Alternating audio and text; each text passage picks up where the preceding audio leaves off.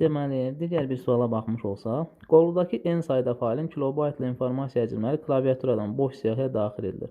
Klaster ölçüsü 4 kilobayt olarsa, diskdə tutduğu yeri ilə informasiya həcmi eyni olan faylların sayını çap edən proqram yazmalıyıq. Deməli, burada boş siyahıya faylların həcmləri daxil olacaq. Burada nəyi bilmək lazımdır?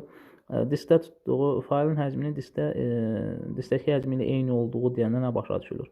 Yəni, faylın həcmi əgər klasterin ölçüsünə, yəni 4-ə tam bölünürsə, deməli, faylın öz həcmi ilə diskdəki həcmi eyni olmuş olur.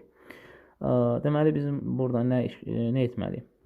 Daxil edilmiş həmin siyahıdakı fayllardan 4-ə bölünənləri götürüb sayacağıq.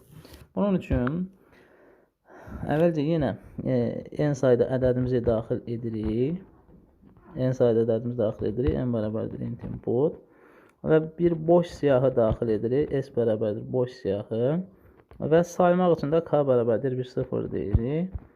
Daha sonra dövrdən istifadə edərək həmin faylları boş siyahıya əlavə edək.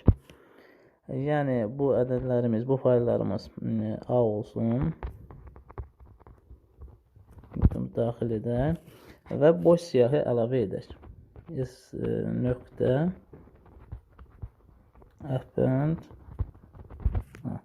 Artıq bundan sonra S siyahısına müraciət edəcəyik. For T in S olmuş olsa, burada artıq T S siyahısında olan ədədlər olmuş olur. Yəni, biz burada T-nin artıq 4-ə bölünməsini götürəcəyik. Əgər 4-ə tam bölünürsə, yəni qalıqsız bölünürsə, K bərabərdir K plus 1 deyəcəyik, yəni sayısın.